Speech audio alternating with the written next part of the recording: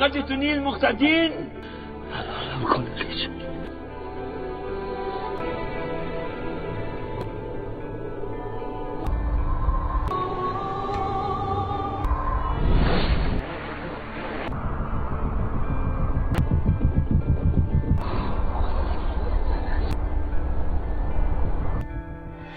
Hey everyone, welcome back to my YouTube channel.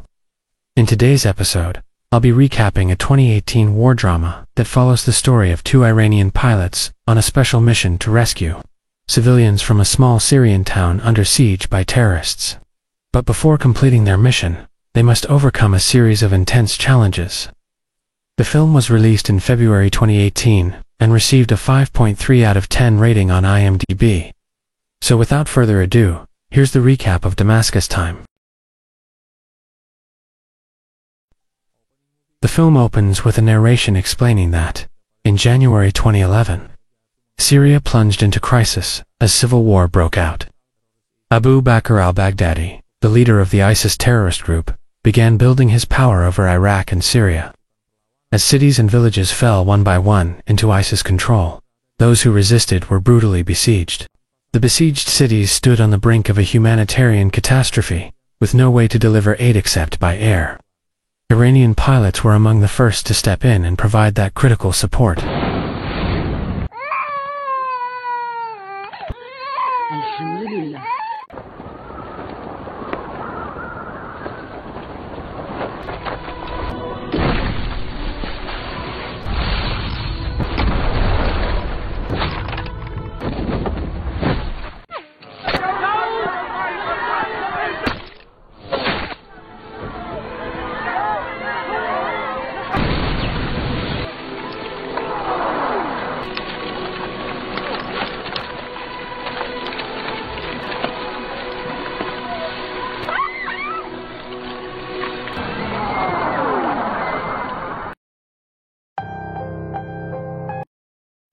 In the next scene, we're introduced to an Iranian pilot named Ali.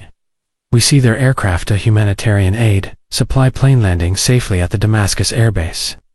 Waiting for him on the ground is his father, Captain Yohannes Rostami, who is also a pilot.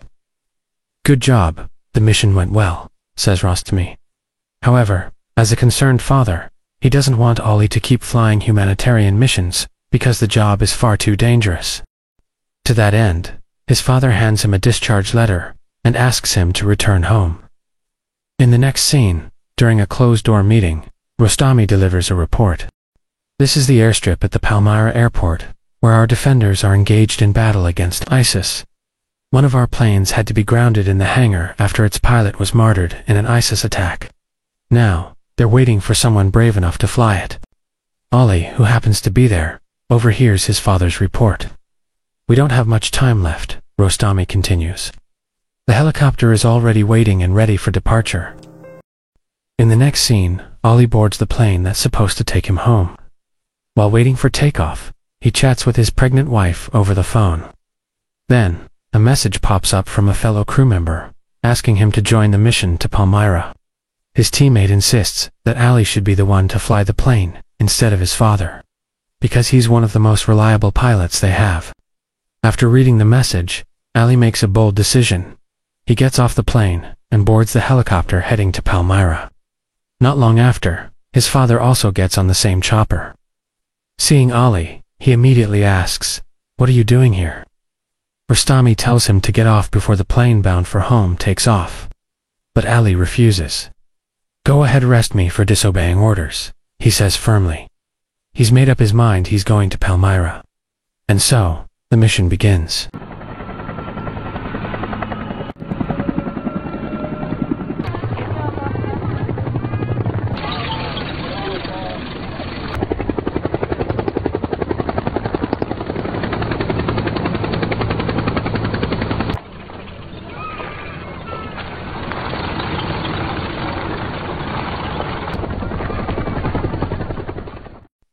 They land safely at their destination and wait for their pickup. Before long, a soldier named Basim arrives to escort them. Basim explains that ISIS has tightened its siege on the city and they've now reached the gates of the ancient town. Suddenly, in the distance, they spot a suicide car bomb speeding toward them. Civilians nearby panic and start running for cover. Ali and the others rush to stop the vehicle before it can detonate.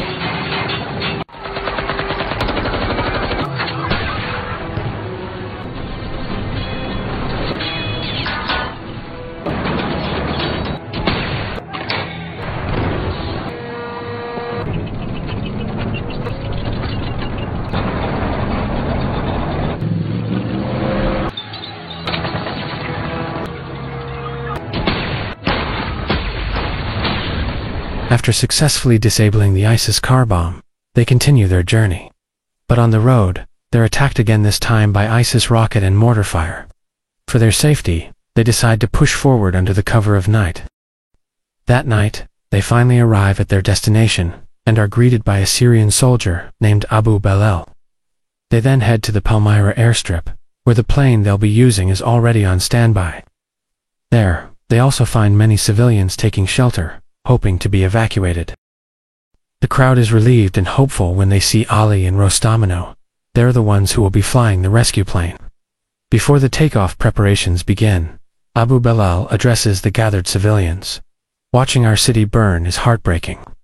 It's hard for any of us to walk away from this place. This city holds our memories, our past. It's terrifying, but this is the reality we face. To ensure a safe takeoff, they must first clear the runway of debris-twisted metal and mortar shells. Everyone pitches in to clean the airstrip, while Bassem and the others begin planting mines in the surrounding area for added defense. After that, we see Bassem escorting captured ISIS members toward the plane.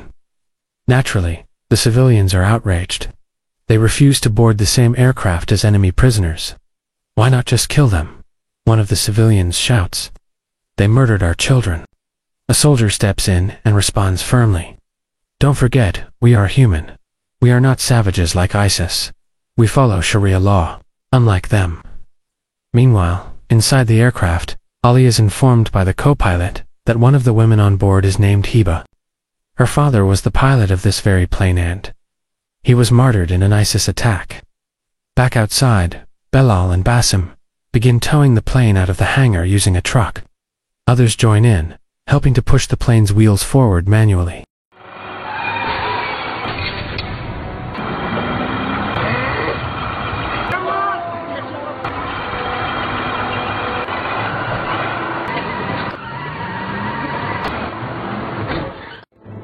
Brake release.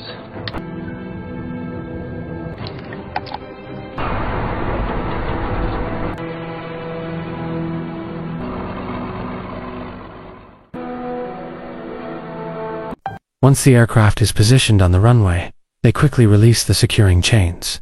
The engines begin to roar to life. Engine 3 operational. Then, Engine 2 running stable. Belal tells Bassem to go ahead and board the plane. He'll be right behind him. Engine 1 is online. The plane is now ready for takeoff. Moments later, they spot ISIS forces approaching from the distance. Belal, who's still on the runway, sees them too. Without hesitation, he and one of his comrades jump into a vehicle and speed off to intercept the advancing enemy. Meanwhile, Bassem and the rest aboard the plane prepare for possible gunfire. Belal radios in to Rostami and says, "Looks like I won't be joining you after all. Farewell, my brother."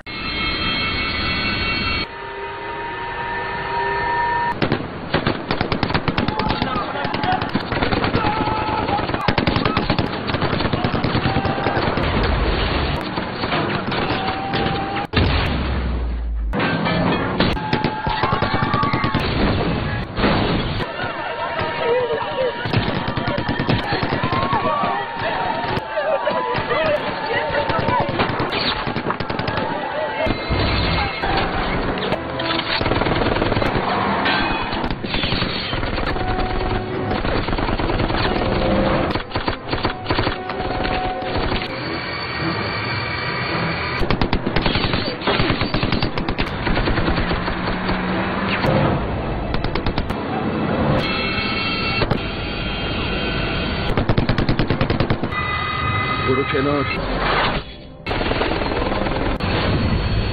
Fire. Engine number 3.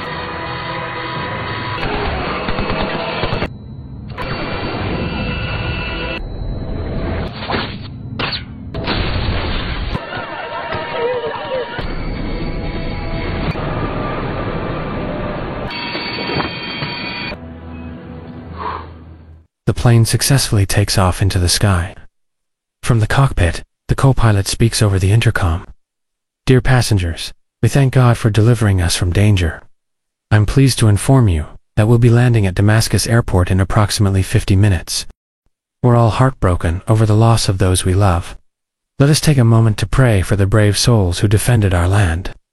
We have all witnessed the courage of Abu Belal and his comrades who gave their lives to protect ours." Meanwhile, one of the female passengers is seen gripping a knife hidden in her bag while eyeing the ISIS prisoners. Suddenly, she pulls off the hood of one of them and shouts, "This is Sheikh Mamda Sahadi. He's the mastermind behind all of this." She begins striking him in anger. A soldier quickly pushes her back, causing her to fall. Other passengers join in, angrily throwing things at the prisoner, but what no one realizes is, she's only pretending. The outburst was all a distraction, just long enough for her to secretly pass the knife from her bag to the ISIS member. As it turns out, the woman is actually part of ISIS. At the same time, Rostami is performing wudu in the restroom. Meanwhile, up in the cockpit, Ali, the co-pilot, and another crew member are chatting, casually until suddenly, gunshots ring out. ISIS has launched an attack.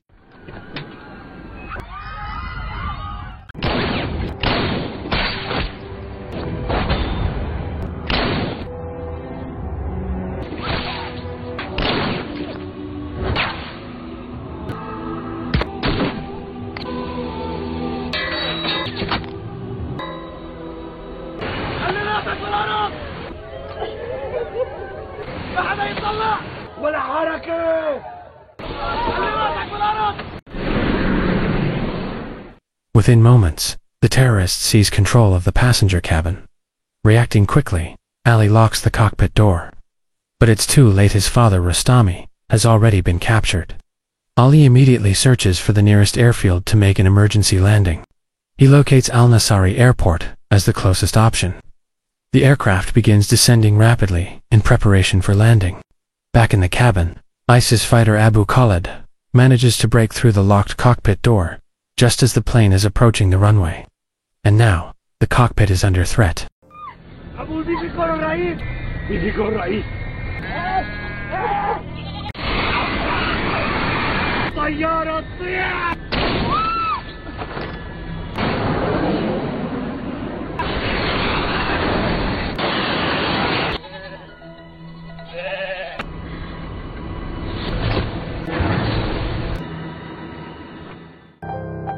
After the plane lands safely, Ali is held at gunpoint and ordered to take off again, this time back to Palmyra. Then Saadi appears and tells Abu Khalid to step outside. And here's the twist. Saadi is actually Abu Khalid's father. Saadi demands that Rostami serve as co-pilot and fly them back to Palmyra. If they refuse, he warns, Abu Khalid will be ordered to kill them both. Rostami tries to strike a deal with Saadi. He agrees to fly them back, but only if the passengers are released and not taken to Palmyra. Saadi refuses at first and says, "We go to Palmyra, and then I'll release you." Rostami challenges him. "What guarantee do I have? Why should I trust you?" Saadi replies, "I swear on the Quran, if you take us to Palmyra, I will let you go. I also swear, by the Quran, you and your crew will arrive safely and unharmed. But first, release the other passengers," Rostami insists. Saadi rejects the demand. "If I let them go now, what's to stop you from crashing the plane mid-flight and killing us all?" He argues. He agrees only to release the wounded passengers. Outraged, Rostami snaps. "What kind of sheik are you using innocent civilians as human shields just to protect your own life?" Saadi responds coldly. "You talk too much, you infidel. God will judge us all." To which Rostami fires back. "Your God is the devil." Saadi glares at him and says, "You worship your God, and I worship mine." Then he walks away. In the end, Saadi agrees to release the wounded, the children, and the women. Abu Khalid storms in, furious with his father's decision. But Saadi brushes him off and tells him to help get the passengers off the plane.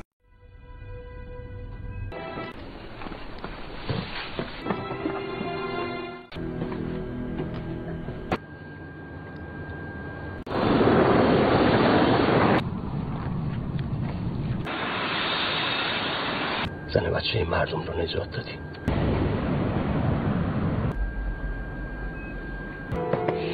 ثوب الفرح والعز تدمر.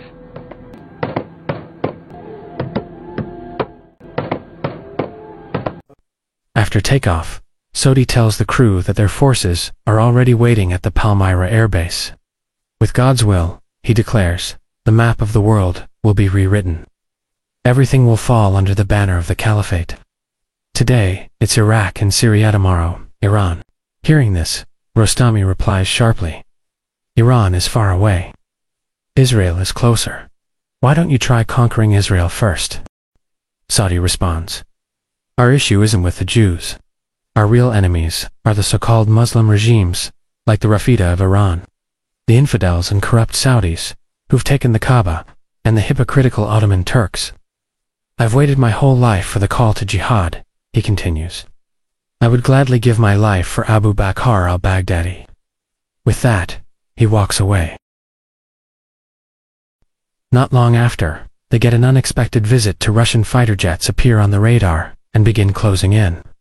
Abu Khalid gets ready to open fire, but Sadi stops him. You're not to act without my command, he says firmly. One of the jets pulls up alongside the plane and spots signs that it's been hijacked by terrorists. The Russian pilot quickly reports back to command, and the response is clear. Maintain distance. Do not engage or provoke.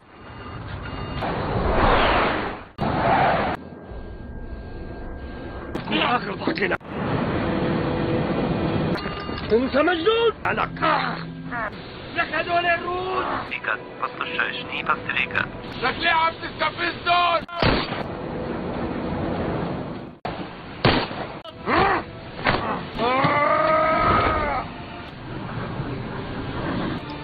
Go back!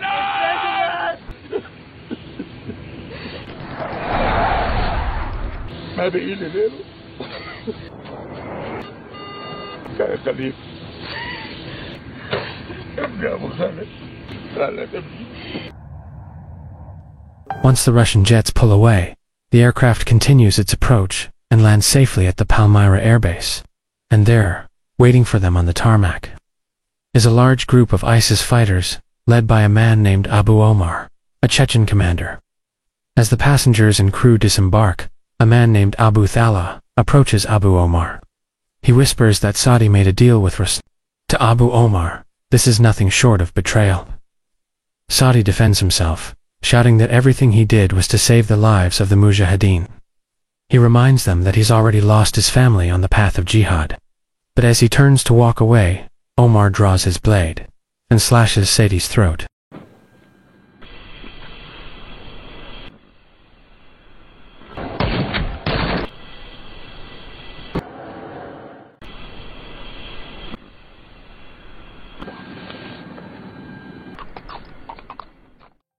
In the next scene, the passengers and pilots are taken away by ISIS fighters.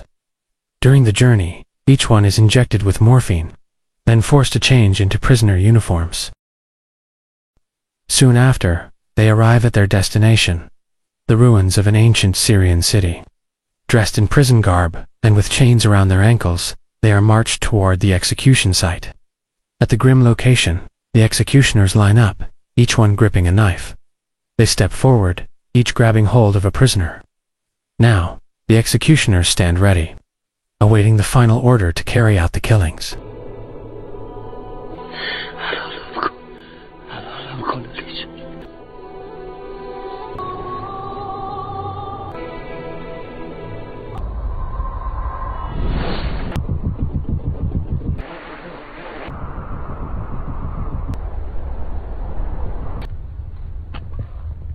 Shiduri Irani.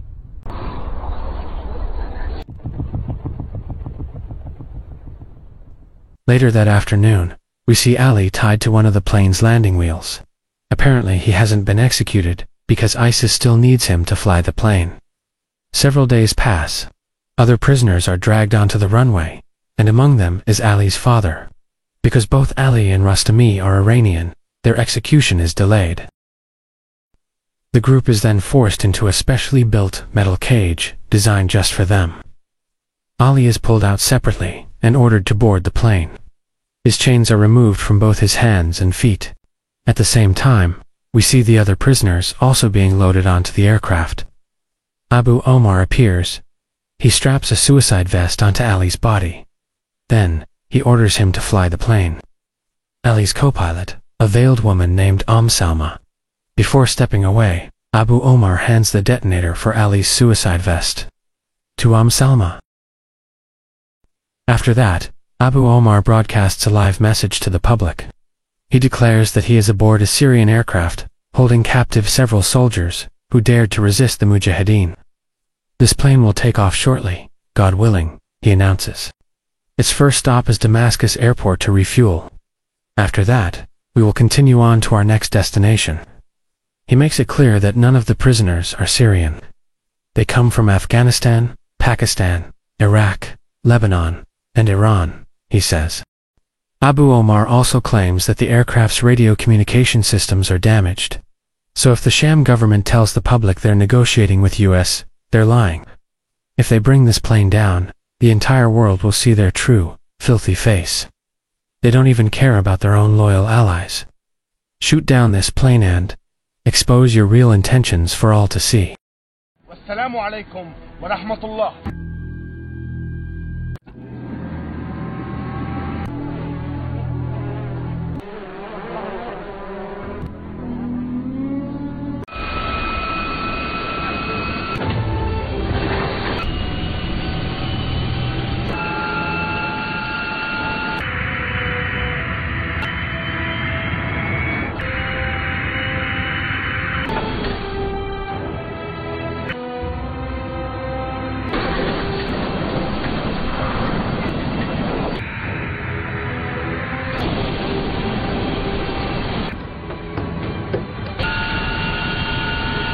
What are you doing?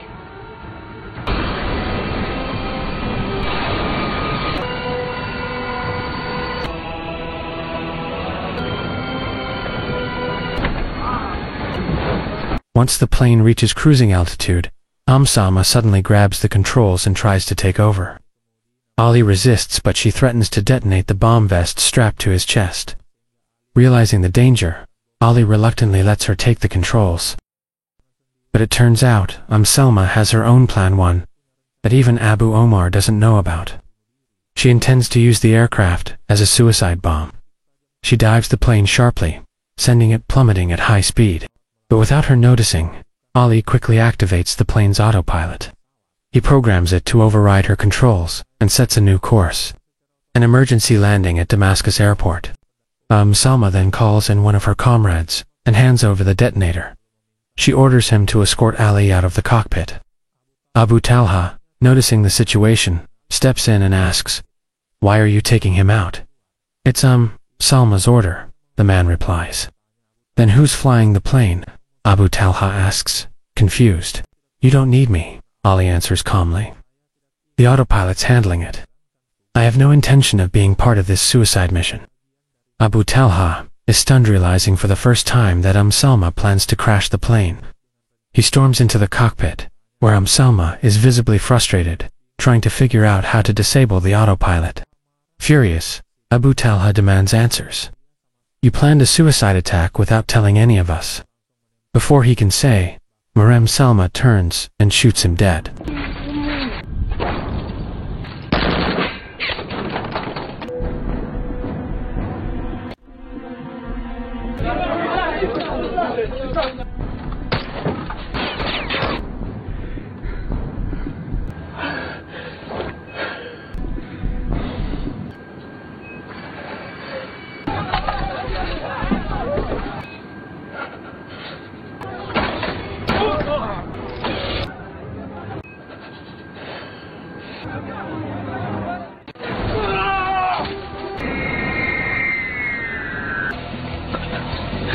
Autopilot off.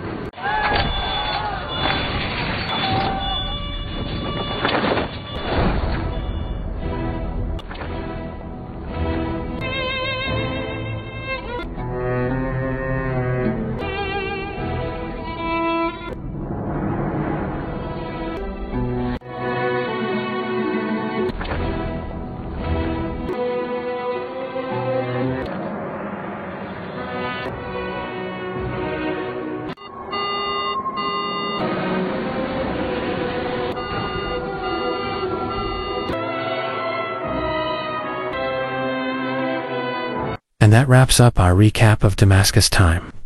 If you enjoyed this video, don't forget to hit that like button and subscribe for more movie recaps like this. Thanks so much for watching, and I'll see you in the next one. Stay safe and take care.